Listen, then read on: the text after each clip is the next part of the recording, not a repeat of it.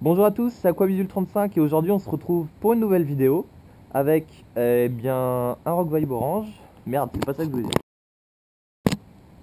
Bonjour à tous, c'est Aquabidule35. Aujourd'hui il fait pas beau, il pleut, il fait froid, il n'y a pas de poisson, la Charente est en crue et on se retrouve pour une nouvelle vidéo avec un Rock-Vibe orange.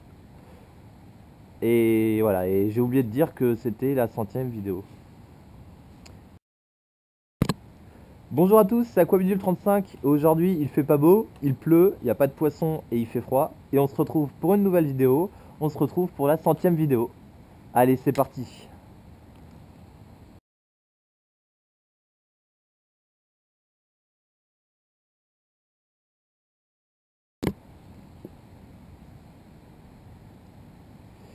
Bonjour à tous. Aujourd'hui, on va pêcher des branches. Ok. Bon, alors là, on a affaire à un beau spécimen. Je sais pas comment je vais le ramener parce qu'il s'est fourré sous les pierres. On va essayer de l'amener tout doucement au bord. Voilà. Génial. Ah là, c'est parti là, la galère ça commence. Voilà, il n'y a rien du tout.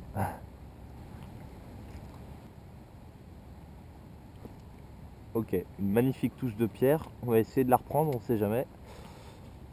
C'est ironique, hein.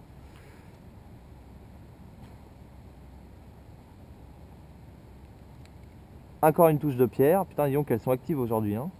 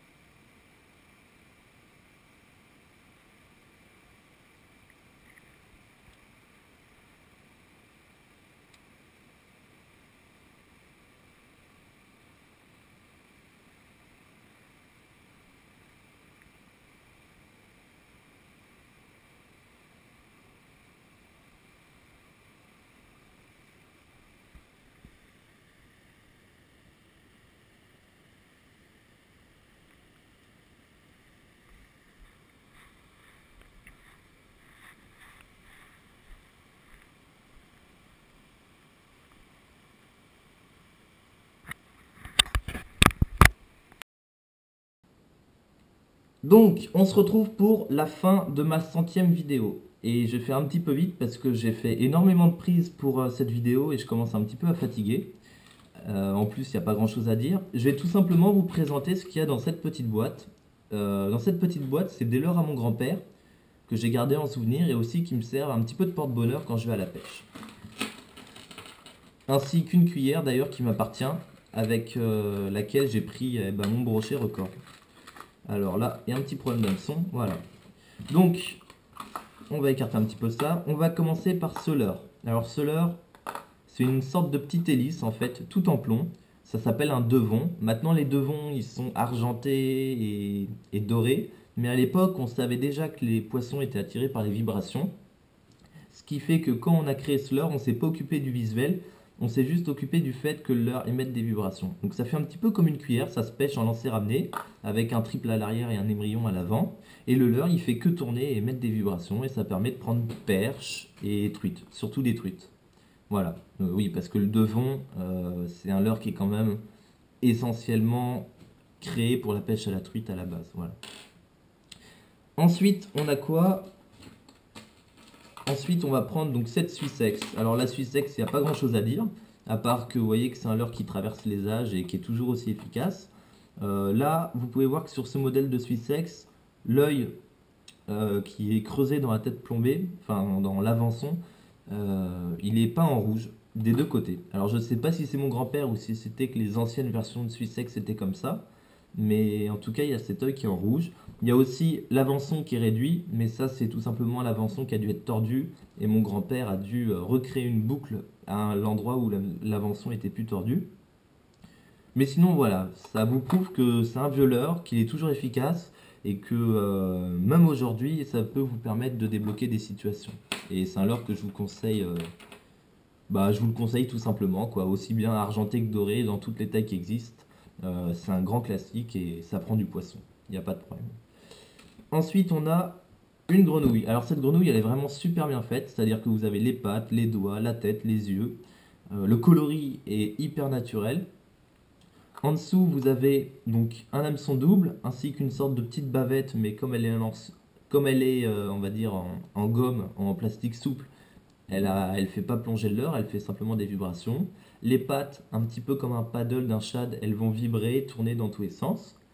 À l'époque, c'était utilisé pour la pêche du brochet, mais je suis sûr qu'aujourd'hui, avec des black bass en étang, choses comme ça, vous trempez ce leurre, je suis sûr que ça marche encore. Parce qu'il est vraiment super bien fait, très très naturel, et à part l'hameçon qui est un petit peu rouillé, vous pouvez le tremper directement comme ça dans l'eau, si vous en trouvez un, parce que ça doit pas être évident à trouver non plus. Mais voilà, je suis sûr que c'est un leurre qui marchera encore de nos jours, parce qu'il est vraiment... il correspond tout à fait à la gamme de leurre qui est en train de sortir. Voilà. Et enfin, je termine avec ce leurre-là. Alors ce leurre, c'est un petit peu, ça fait partie du début des leurres durs, même si c'est pas vraiment un leurre dur. C'est-à-dire que c'est un leurre qui est fait d'une armature en métal, d'une bavette et d'une mousse, on va dire. C'est une sorte de plastique mou. Tout simplement, c'est un leurre flottant. La bavette, elle possède, vous pouvez voir ici, deux positions. Là, elle est dans une position et le cran qu'il y a dans la tête représente la deuxième position. Ça permet de nager à deux profondeurs différentes. Le coloris, encore une fois, bon, je dirais pas qu'il est très bien fait, mais il est très naturel, il passe vraiment partout. C'est un leurre destiné pour la pêche des perches et du brochet. Et d'ailleurs, j'ai oublié de citer son nom, c'est le floppy. Et le floppy, c'est un leurre qui... Bon, c'est pas un leurre de collection, on va pas dire que les collectionneurs se l'arrachent, mais c'est un leurre qui est pas évident à trouver en bon état parce que cette mousse, elle tient très mal la lumière, le soleil et la chaleur, elle a tendance à sécher et à se craqueler, et du coup, il est très dur d'en trouver en bon état.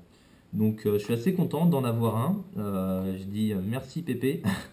Et vraiment, je l'ai déjà trempé dans l'eau. C'est un leurre qui a une nage tout à fait d'actualité, même si la bavette est très simple.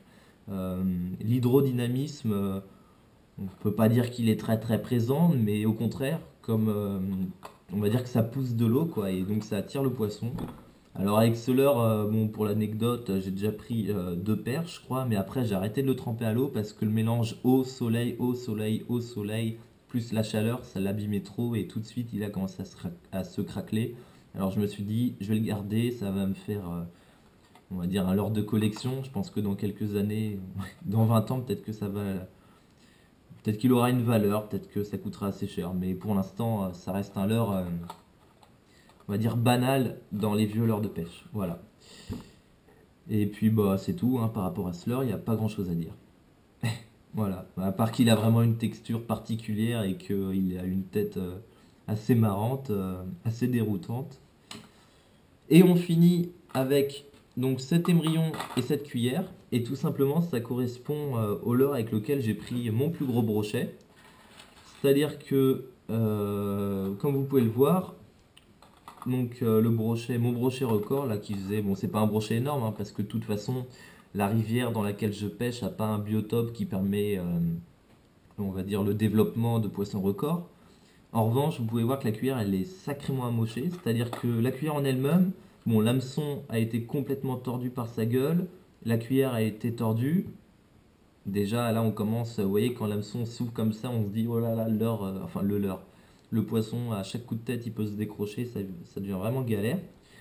Et ensuite, la plus grosse galère donc, de l'histoire, c'est l'émerillon. C'est-à-dire que l'émerillon, il a été complètement explosé. Alors, c'est une histoire vraie, hein. C'est pas du tout une histoire de pêcheur complètement faramineuse.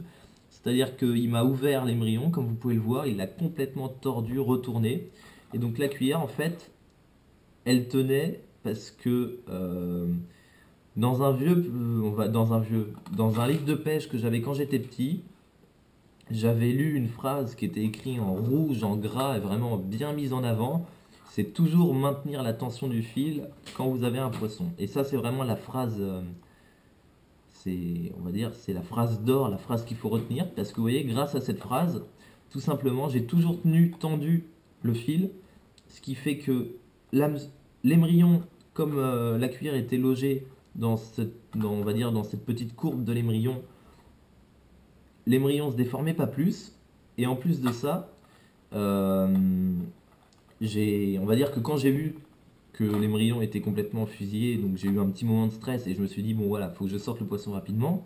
Mais j'ai eu de la chance parce qu'il suffisait que la cuillère glisse un petit peu le long de l'émerillon et vienne se loger ici, ou alors elle pouvait carrément sortir, hein, mais vienne se loger là, et là elle me tordait complètement l'émerillon et ça partait dans tous les sens. Alors que voilà, là le fait de l'avoir maintenu en tension tout le temps, ça l'a permis de pas se déloger de cette petite, je sais pas comment dire, de cette petite anse, et donc j'ai réussi à sortir le poisson. Vous pouvez voir aussi que donc je pêchais tout simplement avec un nylon. Donc ça doit être un nylon de 25 centièmes à peu près, je crois là, avec un nœud de cuillère simple. Et à l'époque, j'avais une habitude un peu spéciale, c'est-à-dire que je laissais 1 cm de nylon derrière l'émerillon et je faisais un petit nœud. Alors c'est un petit nœud de 8, ça me permet de faire un nœud d'arrêt parce que j'avais toujours peur qu'avec un gros poisson, euh, le nœud glisse et se défasse. Et en fait, le nœud il est resté intact, hein. Mon nœud il a été très solide. Le fil, il était même pas éraillé, enfin là vous pouvez pas le voir, mais moi je le sens en passant le doigt. Le fil il est intact, c'est-à-dire que j'ai couché le poisson du bon côté et comme le fil lui est pas passé dans la gueule, bah ça lui a empêché de me couper. Voilà. Donc bah c'est la fin de cette centième vidéo. N'hésitez pas à me poser des questions sur les violeurs et compagnie parce que je sais pas si vous avez une question par rapport au floppy, à la grenouille, choses comme ça. Même au devant, hein. Et voilà, j'espère que cette vidéo vous aura plu.